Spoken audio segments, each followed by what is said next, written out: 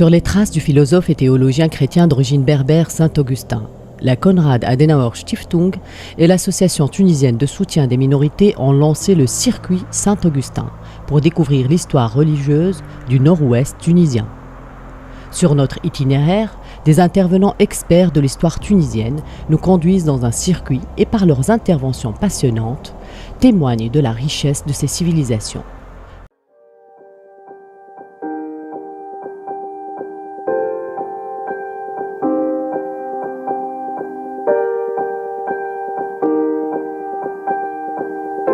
Tout simplement, on s'est arrêté sur ce site de Intunga. Et la ville romaine s'appelait Tignica.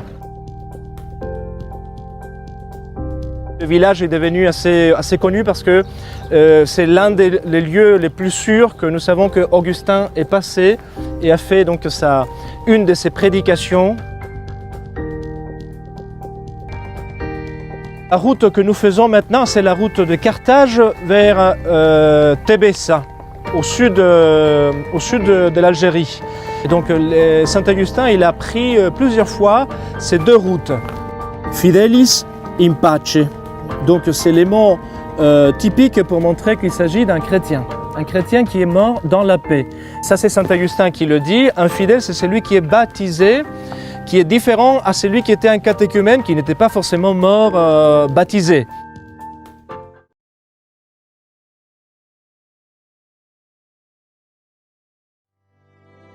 On va aller voir un hypogée qui était romain et après a été réutilisé par les chrétiens. Et puis on va redescendre encore à nouveau pour voir cette petite église qui est ici, qui est très belle. Un exemple très important de culte des morts et des martyrs pour les chrétiens.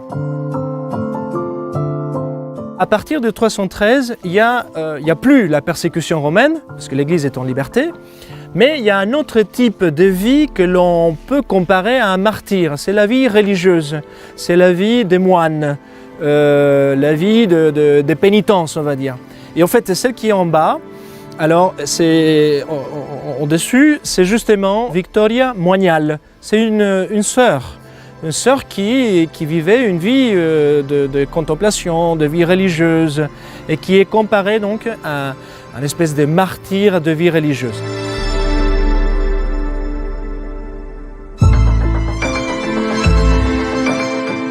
C'est un seul exemplaire de ce qui reste véritablement comme crypte funéraire martyriale. Donc c'est assez étonnant de voir le type d'architecture et surtout la dimension liturgique. Victoria Sancti Moignale in pace. Donc Victoria, une sainte sœur moignale, repose dans la paix.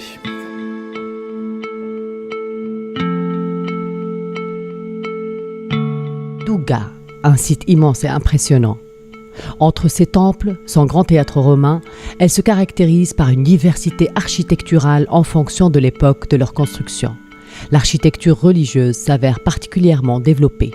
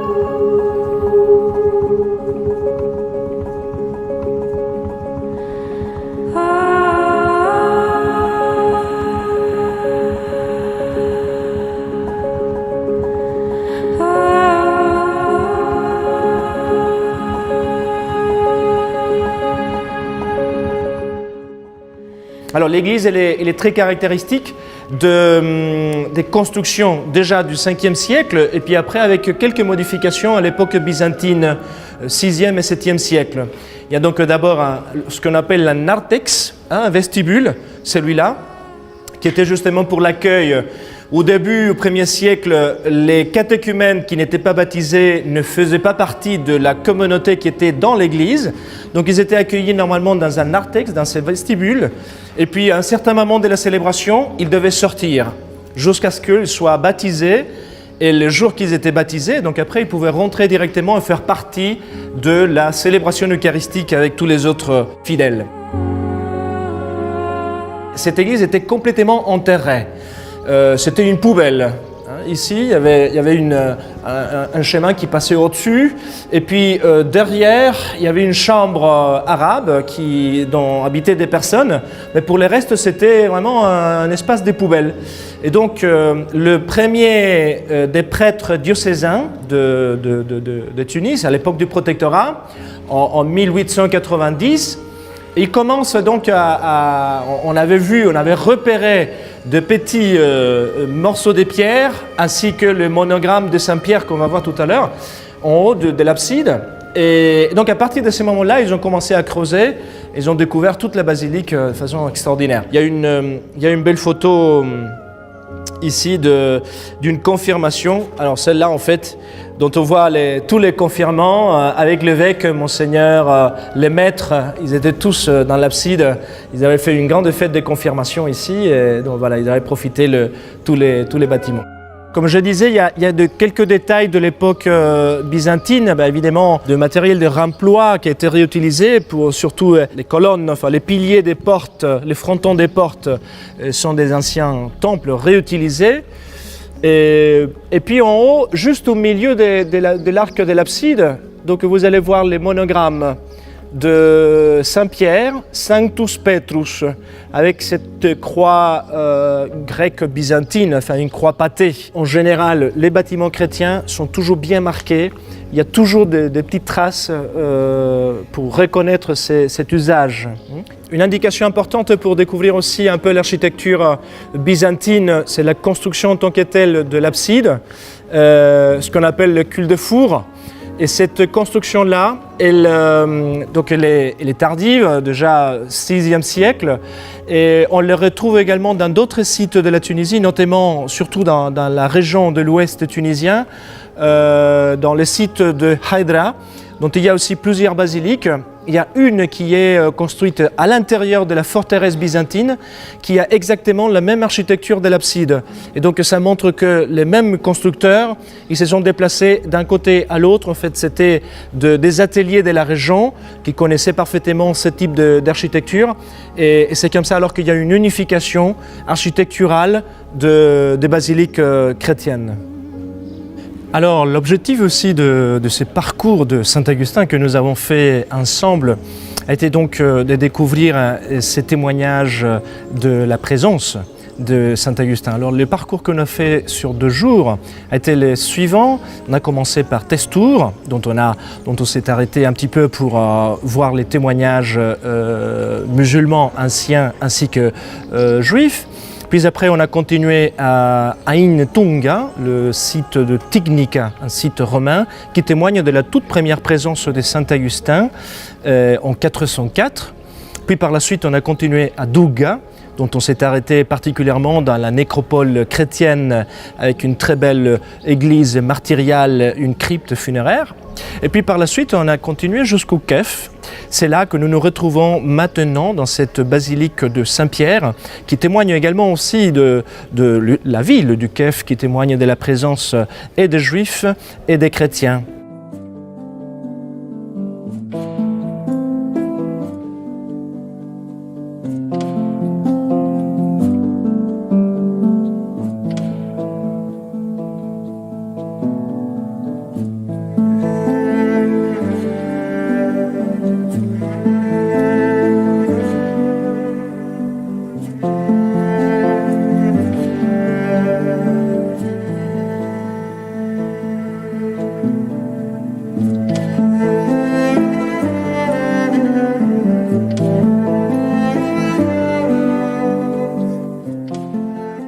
On avait vu à Douga une chapelle martyriale. Et par contre ici, il s'agit d'une chapelle votive consacrée ou dédiée à un prêtre qui est un saint prêtre. Ici, on voit concrètement ces changements de ville-là, en fait, du passage de l'époque romaine païenne, on peut dire, à l'époque complètement romaine chrétienne. Cette chapelle, elle était découverte très accidentellement. C'était dans des aménagements du parc archéologique, enfin de Thermes, et puis de ce bâtiment-là. Et là, on a découvert, donc elle était complètement ensevelie, et puis on a déblayé pour la retrouver. Et on retrouve en fait toute l'inscription qui est très particulière. En fait, c'est Crescentius, c'est le prêtre. Il est décédé 18 dies septembre, avec une abréviation, avec un accent. C'est l'écriture latine avec des accents, c'est très intéressant. Et donc, Crescenti, Sancti, SCI, toutes des abréviations. PB, c'est-à-dire presbytère, prêtre. Corpus, digne in seculu conversatum. Et le conversatum, c'est très intéressant parce que ça montre qu'il s'agit donc d'un prêtre, c'est conver, avec la B, pour conversatum, c'est-à-dire qu'il s'est converti au siècle. Mais la conversion, ce n'est pas une conversion du paganisme au christianisme, mais c'est la conversion véritablement, la seconde conversion en fait. Quelqu'un qui a vécu une vie de pénitence, une vie ascétique très importante, une spiritualité très forte. Et c'est pour cela qu'il mérite le titre de saint, parce qu'il n'est pas un martyr. Il n'est pas un confesseur de la foi, mais c'est quelqu'un qui a vécu la vie. Donc ça montre, c'est l'évolution de la sainteté au cours de siècles. Donc conversatum in hoc loco, dans cet endroit, in pace constat esse humatum. Ça veut dire que conste véritablement qu'il était enseveli ici. C'est une formule très, très soignée. Ça ne se voit pas dans toutes les épitaphes chrétiennes. Donc c'est une formule soignée pour montrer que le personnage, c'est vraiment quelqu'un d'important.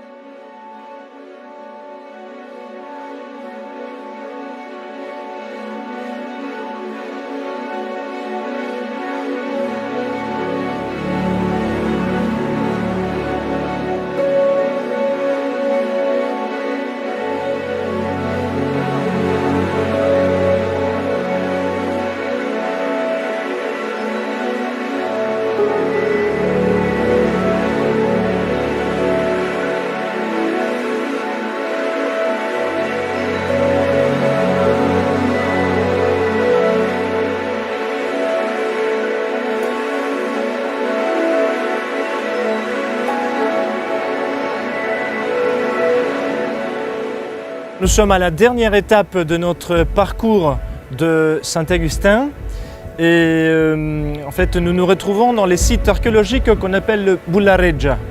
Et ces sites archéologiques, un très beau site qui se retrouve donc au nord-ouest de la Tunisie.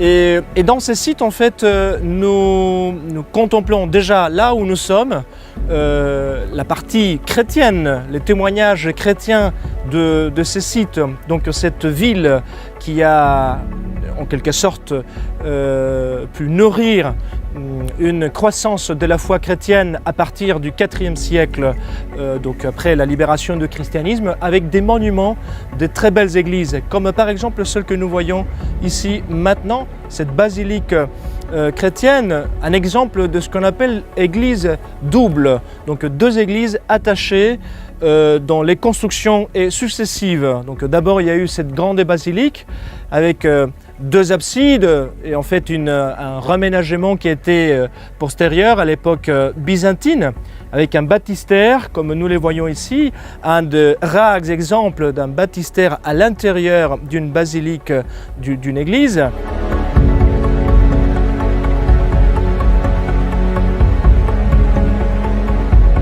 Ce qui est très beau aussi également de contempler, ce sont les mosaïques quelques restes de mosaïques que l'on peut voir encore aujourd'hui. Ces mosaïques typiques du 5e siècle avec une richesse particulière de l'époque byzantine. Et pour dire encore davantage de ces sites, il faut raconter aussi qu'ils nous intéressent pas seulement par cette présence chrétienne que l'on peut voir par ces basiliques, mais également par les traces que saint Augustin a laissées dans ces sites. En effet, à la fin du IVe siècle, saint Augustin, nous sommes insérés dans la route qui passe de Hippone à Carthage. Donc saint Augustin passait souvent par ici. Et alors, Augustin a été gentiment demandé par l'évêque de cette ville de Bulla-Reggia de rester ici et même de prêcher à la communauté chrétienne.